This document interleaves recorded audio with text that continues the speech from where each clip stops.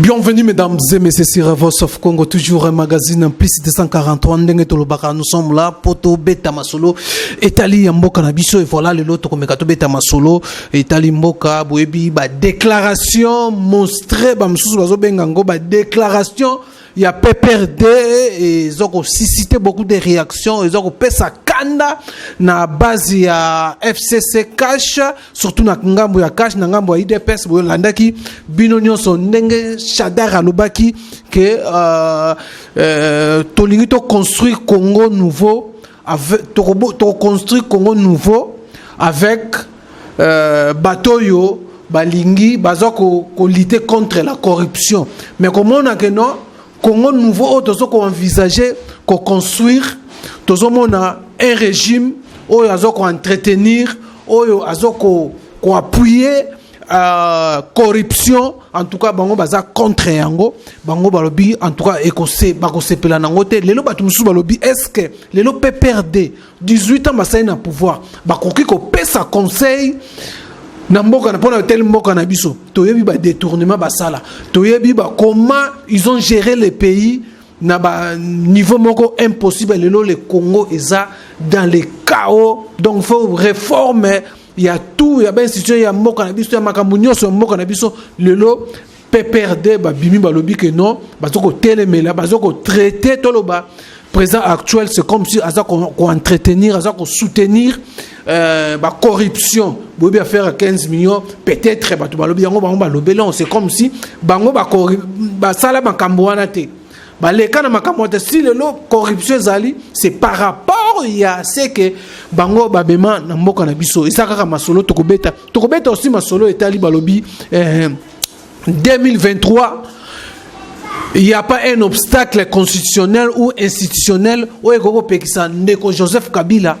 a postulé. Ezakara masolo. Yangwana to yambeli bino Mama Dorcas Adikoko oyaza présidente nationale ya ILD Bar Verco communicatrice ya Cash oyo lelo tokobetani masolo. En tout cas sans plus tarder mbote Mama Dorcas Adikoko. Mbote la bossani susuni Mama. Coordonnatrice ya Balie ya IDPS. Voilà tobaki ici. Voilà.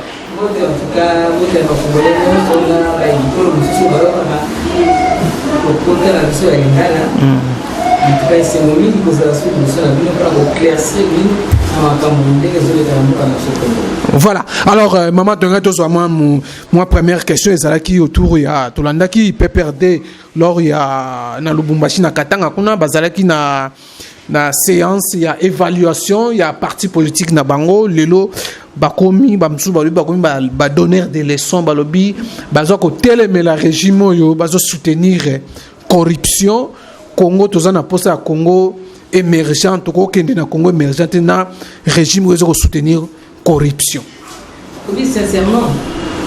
ça ko linga kutu ko lwela makambo wana te o PPRD ami memiduna na Lubumbashi pour la évaluation. Évaluation ni peut perdre au sale. Évaluation na misuka so otali ozo comprendre évaluation nyonso. Bazana lelo bako ko sala kuna te. Ce qui va kekuna ezalinde Shadari mutazo linga pona ko justifier. Ndenga zamana makamba corruption ko atika ne makele. Et puis bango nyonso ko bangana likolo tina se. Boso ko mona élection na 150 millions de dollars. 150 millions na bazwa ki wapi. Donc bango ndeba corruption donc botam boumana ni sisa ils ont cancer et pas na bango wana. Donc ndenge bazana cancer ya corruption. Bango ni kotanga kombona te. Les autres sangakanda tango nazo ba kombo wana. Faut kolanda makamuna bango. Il faut même pas kolanda distraction munene. Bango ni ke bazana perte à vitesse. Bango ni ke lo ba mbeza souté. Bango ni ke basi basili, bamoni abi tika to kende na mshadari en premier abi to kende kuna koni ni balo suna biso maleleki na ba na biso wake lisanga nganga dans de lui exemple mo na pesa na robi bona na radio makabazo baté soki lisanga zo bimisa makambo eza pour tirer attention na ye eza système mo les peines za osala na France les peines souvent moni ke ngolona ngala ne sili bazo le bele sous tout ça ako bambaka likambo mo boye pour bien attention à bien que kuna on a beaucoup de les peines à Monica Botani ndenge zanga salaki eza ndenge na pe Shadrach baza ko sala bazo mona Jack Simi lokwa Kabila yemoko en personne asa boy kutu ba jobo ba bazo sala wana Kabila obi même ça ndenge baza Lubumbashi wana Kabila bengaki angalaki na niveau moko abibo sakana ngati bino to bofandi wana en gros akolo bana bango en gros batiaki haut-parleur voilà yes ko Kabila zolo abi ndenge bozawana bo sakana na ngai te bino to bozawana parce que bofandi singa 18 ans même plus un peu plus tofandi na mboka oyo olio bolakisanga makambo na koyi kosala bolakisinga te bino to ba incompétent alobaki mpenye moko nazalaki na besoin ya 15 personnes voilà ndanga nazoka 15 personnes ya solo ndenge fati azali nga lelo Kabila na lingana alobaki na kosala 100 ans seko lokwa Mobutu bato balingaki bandima balingaki baba mobina balingaki baba mosajani mais bino mokamati kodindisi ngai na kwei na poli na sambwe kombo Kabila komi lokola bato ekoma kopesa bato kanda bokende na Lubumbashi kuna bolo bao Kabila ngozonga Kabila siliki abotika kombo na ngai botika kombo na ngai na limi ko ba bina na ba bêtises wana te déjà tant on a baki nazali na 15 personnes bino to kozaki ona bino to kozaki ona batunde basila soni na babaki voilà soni il faut que dose moko basa antidote moko o piquer muntu abande ko soni pour que nous soyons bien guéris par la nation italienne ou grecque, bâtir ton capot et va le PC sur ma comme ça le bâtir. Dès que va Shadrach va taper perdre votre salle. Shadrach Lucas 150 millions. Et cette distraction, on va pour bombarder biso pour ma cambo et belé sur les cartes Togo sana va passer na bango ba sala ki biso ba mon petit congolais, on les va tomber CP là na gratuité et enseignement voilà. Enseignement ba tomber CP là na ba projet que Félix Saouti na ba voyage na yé na Lubumbashi ba inaugurer usine moko ya transformation en combat misale rozo makuna ba mona changement zoko ta mboka oli ba to s'occuper na wana ba sepelaka ba ba ya ko casser ba ko zo ba douter il faut na ko pesa nos conseils pour parler de moins en moins de makambo wana eza ba bêtise ba kende ko luka kaka ba chaîne oyo ba sala ka jale lo na bango mais bino nyo so bo stopper bo zapper comme ça to voilà alors bango ba zo ba ke non Congo to ko construire on na ben impunité bango ba bi Congo to ko construire na ben impunité le rôle toujours ko envisager que Congo est la Congo moko émergent mais avec les impunités tu es affaire à 15 millions surtout bango ba zo ko martelango ba monnaie comme c'est comme si Félix Tshisekedi à côté là qui directeur à cabinet naï impunité le zolo bambi tozo na tango na bango abimisaki liste ya bato clair et net pe azolo baki chaque année 15 milliards de dollars eza kobumba miyibi bazawana atengi bakombo na bango Shadrach azaki Kabila azaki tambo ngomba azaki basalaki nini non yango nazolo baki eza distraction moni biso ba congolais to ndima kama to mona makambo to ba bana pesa to luka to kola nami to kende mona bodongo bo zapper ba télévision nyonso ba radio nyonso ko bazalo ba makambo wana bo zapper yango bo tiki bo yokite comme ça to avancer parce que wana zozo ça to na buzoba ba fanda ki 18 ans na pouvoir mi yibi nyonso bazawana ndani ko nazali pour babanda omoni ba société ndenge lekaki wana voilà babanda kotanga société avec numéro 1 yango ne bimi nani mandataire wazalaki wana basala bango contrôle bakokanga bango biso numéro 1 Shadrach 150 millions na yebisa wana siko ko bimisela ko 150 millions atika na ba distraction azala distraction belé bobenga ke professeur ya classe ni atengisa azala ba distraction mingi ko mwana muke alu quelqu'un d'important la Congo to zala besoin makamba malonga bitumbe sila kuna na est facha sa lobi aza pe otika bomo ine ko bitumbe sila na est makambu foto la ya mwana ba bêtise ote ba futilité ote au conglomérat des aventuriers bazo ke no sala kuna bango moko ba corruption et bazala cancer la corruption ni mozo mona wana lelo balobi lelo bazo telema régime o ezo soutenir corruption est-ce que fait c'est que dazo soutenir la corruption na mboka na biso je sais pas ce qu'ils appellent corruption je sais pas ce qu'ils appellent corruption yim taïbe ngo bien kasi na bien moyibi yonde ko ya ko l'exception bien dende ba yibati yende aza moyibi bangonde baza miyibi bangonde ba yibi corruption ba ya ko expliquer bien pour tout le monde pour la corruption ce qui ba ko le comme 15 millions de dollars oui bimaki yo va expliquer surtout ba bien comme 15 millions na ndeli président lobaki que la journaliste on a TV5 alors ils allaient rétrocommission les accords pour que zalaka bandaka les accords mais ligne ko bateke ne to fan na ko la to non a expliqué qu'il a dit et sa corruption boyété tout au moins les années tant où l'expliqué qu'on va les je pense tant où il y a les années avant l'élection il comme il dit que bemba en parlant de bemba nazaro pesa au Sénégal na CCTV na canal qui vraiment besoin de courage pour na likambo les incidents tout ça mais on a la vraiment ça m'a mis ça parce que les chaînes les a pour la biso ko ya biso ba émission kitoko au moins to la na monter ba makambu ya mboka dès les akoleka j'espère que malgré tendance na parler l'idée na bakaza na la muka mais bazo recevoir matunyoso s'il faut même tout ça bon il est partout faut tout tirer ba salambo et puis là peut-être sur la assurance qui parle et puis on peut aussi tout genre assurance dans beaucoup d'options. Voilà alors c'est quoi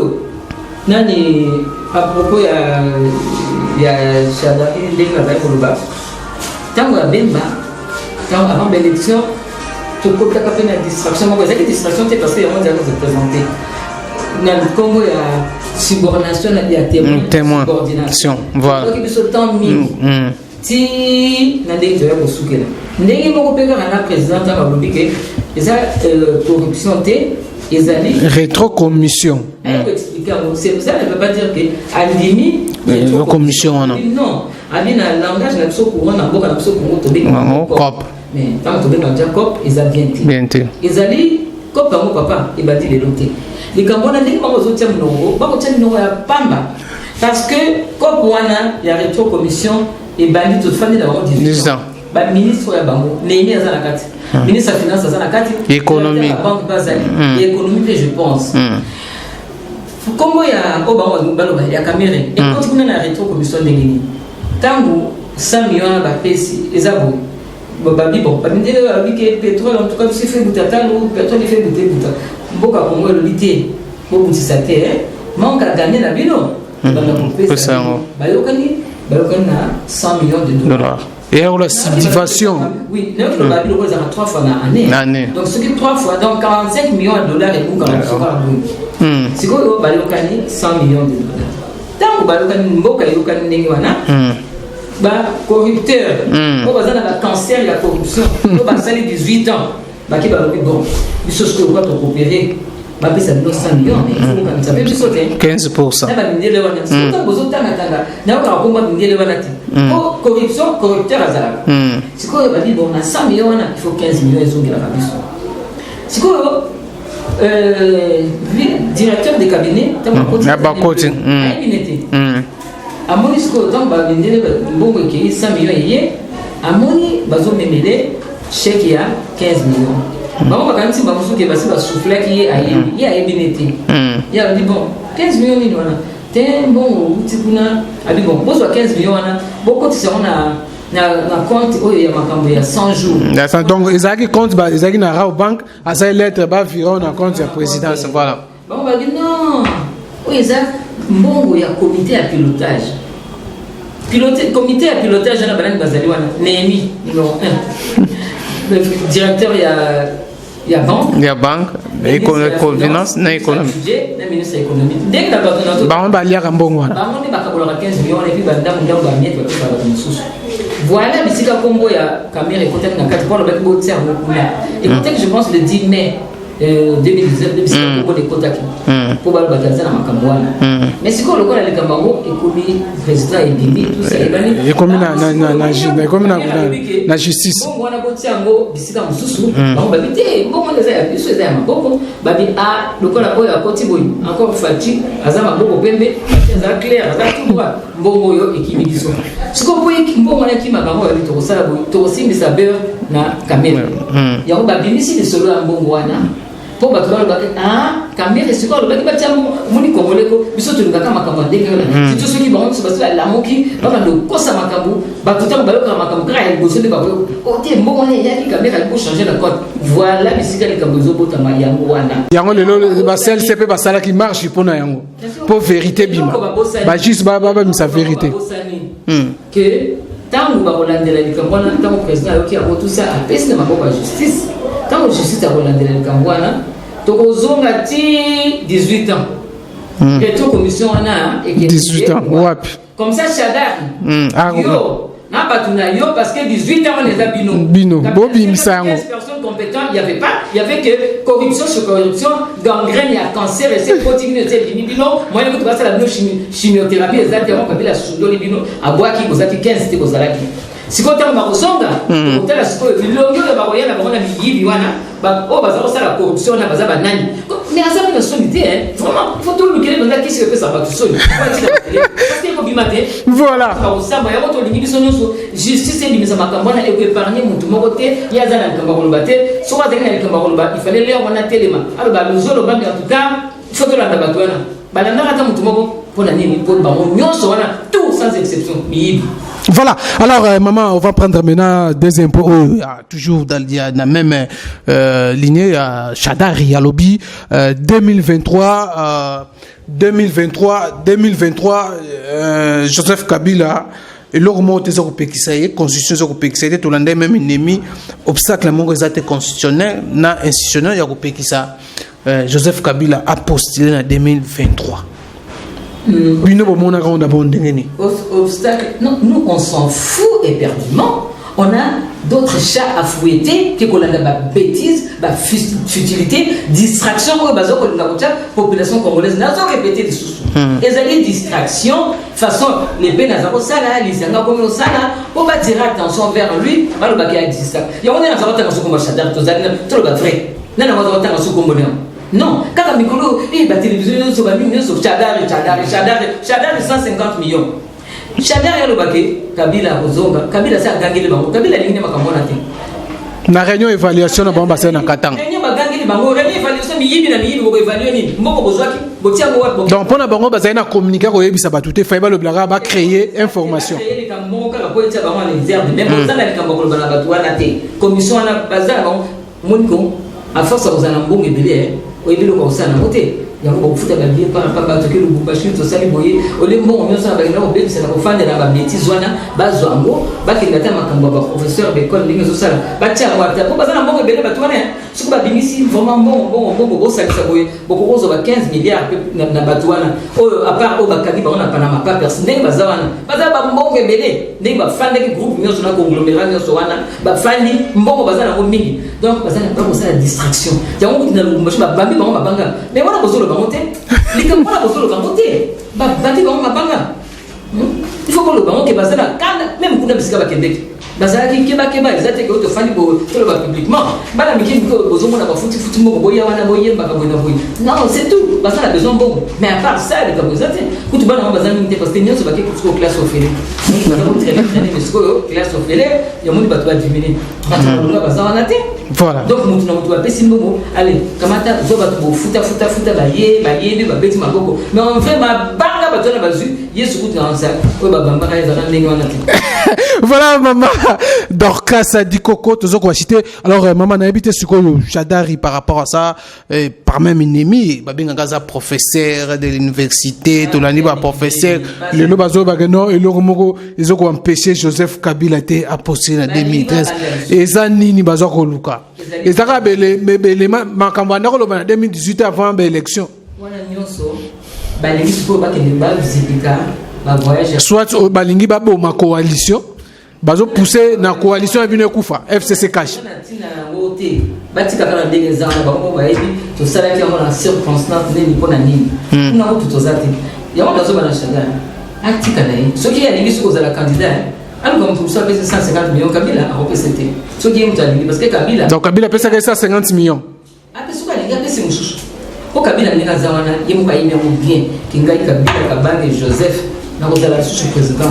na ko mbeka na pe ko tchati parce que na ko tchela mona na ko voter nga nous avons voté à promettre à Congolais aux la journaliste après faire un mandat. Le sénateur à vie. Titre honorifique. la constitution ya mboka na biso na ndenge nyonso ezali mais epeki ça donc asa afilisi nyonso abu opia ye tikali kaka sénateur à vie siko kuna ni toza na besoin toyoka kaya ta mwa muke alobaka parce que tinaki président nyonso azali kaka bouche cousue siko wana toyoka ya alobaka pe tomona ke mutu azali au lieu batu wana bazoka kaka ba courage ba moko ya salité ba jalelo bazonga omoni bakendaki wana baza na besoin ya rentrer ya ba jalelo jaleliste bazaki ya kokunda matellement to bamakolo kotambola bapapitamba bazoyoka na susute kasi yango bakende osala rentrer la parce que Kabila en soi azali sénateur yango asali rentrée politique asali rentrée politique Joseph Kabila babe asali rentrée makomi président national asiliki na président aboyiki président national bapesi bamusu akoloba tozila kasi aloba soki andimi babétise wana soki andimi po ye moko ayebika kozala lisusu jamais président na mboka na biso Congo Kabila kozala lisusu jamais président c'est fini point barre akozala lisusu te ayebi yango bien akomekani kutu bétise wana te ye akende na sénat comme ça toyokaka aloba makambo bango oli bango baloba ye atelema aloba apesa mpe baproposition toyoka ye soki asilisi akobokola bangulu na ye bangombe bantaba mabata tout ça ndenge bakomoteka yango par kilo baprix kitoko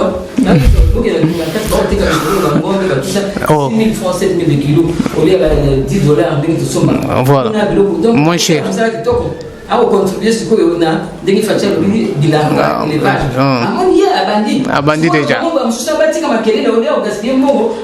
hectares et des hectares et des hectares ça la bilanga to contribuer mboka ki de bosole osa ba bêtise wana osala ba signer ezanga mutuna makolo poto sito yebike bokoleka na bino de susute bakomoni bakekuna siko kona nini po bato FCC nyoso balingi su bangote ndenge baza na FCC PPRD bato na balingi bangote FCC ya biso toza na zona stima fachi siko bango bali na stima fachi yako bami bengi à part okoyoka kalati bango ni bazo dima na FCC. Voilà, alors maman, dernière question ngana tunayo concernant toujours force intégrée au ingosala na partie à est kuna na Grand Lac ba force frontalière armée rwandaise et puis tanzanienne ba ya pour renforcer comme chef de l'état lobaki que non il faut qu'on mettre fin na guerre à est kuna mais tout le monde qui beaucoup de réactions dans la nouvelle société civile, beaucoup de Congolais aussi réagissaient non armée rwandaise Kotawate, il faut bâtir en Libanda. Tout ça là aussi porte-parole la FARDC, yep à Boyi que armée étrangère et ya na République démocratique du Congo. Congo tout ça capable ya ko éradiquer, ya ko mettre fin avec pinga na biso ba militaire na biso guerre na est que comment na ndenge makamaoze que na pe l'idée babia chef de l'état certaines opinions il faut chef de l'état à expliquer pour yemo mtabande makambo est-ce que yozo mona ndenge nini et puis position ya porte-parole ya FARDC général Léon Kasongo ou boy que armée congolaise et armée étrangère et à Okota na mboka na biso pona ko traquer ba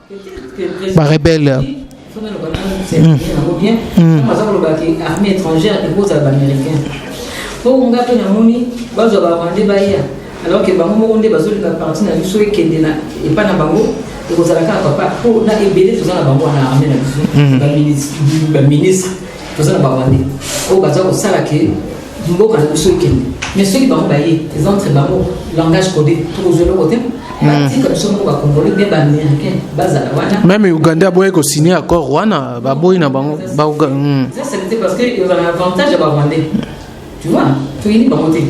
makambo bazo ça na cessé ya monter mboka na biso to ko kamana jamais balkanisation et ko ça va jamais comme ko zaka mo bimba est ni zona ni nembo soki nembo ekende ko kendete OK banyamulenge pas question banyamulenge ba originaire bazwa ki bazwa pese bonne ba pese bonne nationalité ils sont pas des originaux le ba ko ma chef coutumier au fait ni olali bozo rwandais comme chef coutumier bozo ça là en prévention pour être chef coutumier dans la sujet là et bozo pese na mboka pas question ki chef coutumier doit rendre moi la tête ya on a benga chef coutumier dans la région de Congo ba fan ba ya pendant normal ba tika ba chef coutumier bazali ba to PPRD ba to IDPS ba to nini chef coutumier bozo la bomoko pour l'intégrité ya mboka na biso Congo pour tellement comme chef coutumier pesa marande moi la tête na décret présidentiel hein mutu moko ba pesa kuna na mine mo raso bindi kwana ndaka mususu ba ministre ma ministre chef coutumier il faut voilà arrêter ces bêtises. Mais on va faire ça comment là? Ba mususu ba député, ba mususu ba sénateur, ba comme ko no telema. Tango ba bomaka ba congolais ni kolonio so na est o na tkeli ko ba monter. Mais bazote ma pona minembo. Faire des bazotaka. Ba comment ça va déclaration? Déclaration pour na ko ça vrai que pardon. Mboka na so Congo eza ko bradete. Ce que le cas ndini ba mususu c'est un poto que mboka mususu de nationalité. Faut qu'on soit une nationalité congolaise. Contente de ça, fanda. Exacté que, parce que j'en ai parti à Congo, pas pèse, ça la boca. N'a exemple dans une nationalité française, bah comme ta partie moi en France, ma pèse n'a comme chef coutumier en France, hein. Ma pèse n'a parti moi la fin de comme France. Et comme oui, et comme Congo, il faut arrêter vos bêtises. Congo n'a pas de cabanaté. Ce qui est aussi ma pèse au Congolais, c'est pas la grâce de la fanda. Mais Congo est au cabanaté et au Kenya Rwanda pour pas le bingo par un minembo. Et ça presque la Rwanda. Pas question de bêtise on a tué qui chef coutumier les bonheurs tué bien monté. C'est aussi les amboka oyo na moni na FCC bazo piéger là on peut besoin monter que bazo piéger on fait tisekedi pour la trahison pour pas aucun chef coutumier c'est bango c'est quoi ba tel kambo Congo na dossier pour kabonate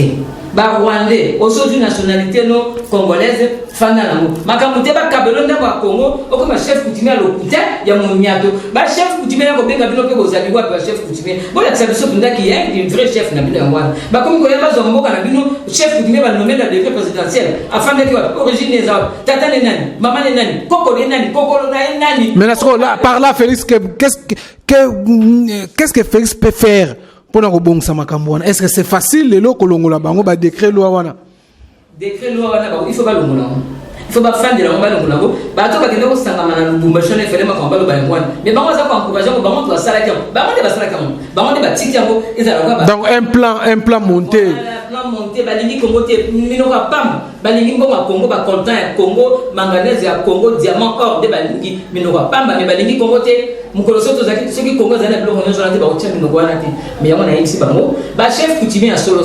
chef ya ba chef coutumier na ke no tele misabino ngamoko na ba mine me makambo zo sala mo ya ko susu te faut tirer ma boko ne ko ba ke mutu wana to yebete akoko kota na makambo chef coutumier te ye akende na makambo ba boko la ngombe asala na so mili kikuna ba na est au lieu de penser que au chef coutumier au décentralisation il faut arrêter avec vos histoires là décentralisation comment on a surtout est il faut ça on a encore un manque de temps to zaki na on a butu au lieu de kaibola ndamu pona ba idée que ndamu ko on pesa na eko kende te bo sungana ka bino bo fina na kuna na Rwanda awa na Congo te kuna na France c'est tout les hôtels les asouti pona ni la cause de la fatia zoya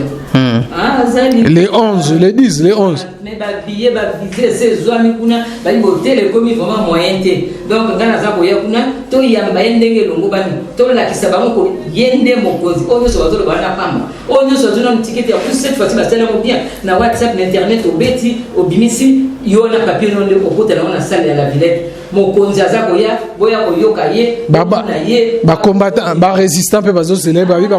ba bon ngana za kuna bazalaka ba résistant bazalaka mais comment ya mbongo papa soko za na mbongo pesi ba tika makambo na bino bozalera na kozika bazalaka bya solo to za kosala solo mais fi un moment ba ye mbongo ikaboli bango ba solution banda kuna bishata c'est de voilà bana nyonso ya Congo boya makambo bongi mboke c'est bongi to ya kuna fatia za ko ya kuna vraiment en tout cas papa Philo zita zila zo déjà place na Vicky Beleke papa Ido azala ko sala makambwana et puis mami Béa Tumba que Dieu te bénisse et puis ba Marie Madeleine nous sur Paris mbote na bino toza ko ya biso so to ya ba fachi na esengo tout ça bona to la création que aza mwana mboka Voilà, alors maman, tu comme déjà na souka 30 minutes déjà, tu comme déjà na fin. Alors moi je voulais quand même là soit moi réaction moi que tu le président de l'Assemblée nationale Janine Mabunda aza menacé bamusu bazonga basala émotion de défiance na habité yoso mona makanisi ya bato bazo menacé ndenge nini bazo welela ni eza vraiment nini est-ce qu'ils ont mérité basala émotion ya défiance entre bango tu peux perdre bazo lo baké bango batia ki wana mais bakomo mona akomi na kana vision ya fachi même surtout tia ki wana tout ndenge ba voyage belé à ce qui paraît comme moi lettre ya kana lettre encore lettre en gros exact mandat ce qui ni invité même baza soko sepelanité ezaka ka pe perdre mutu basali yango balingi elisuti po akomati na vision ya mokonzi ya mboka donc babi oyo akomi kodéranger yango bakosala ndenge wana ndenge aussi yo en tant que femme omonaki nombre babi à parité ya femme na assemblée nationale une femme azwi vraiment institution monene marque wana yo koloba ni en tant que femme esimba te ndeni bango baa majorité bazwa mot d'ordre ya le quoi est un petit peu rigolo mais bon, je pense que ça va pas aller, ça va pas marcher et au soukavana va continuer comment ça zalawana oh bah ça les a bango moko hein les autres bango ba kombo la sumu ba komo lia na donc tout à la négociation voilà mesdames et messieurs ça n'est fini merci na bien so bozo ki libakwa ko landa biso merci aussi na maman Dorcas Adikoko Olelo a honorer rendez-vous na biso invitation na biso surtout ya koya poto beta masolo etali ya mboka merci na Piska Siwanga na caméra Fancy Paka na sima caméra pe na montage tokutani mbala ya sima na numéro msusu portez-vous bien bye bye.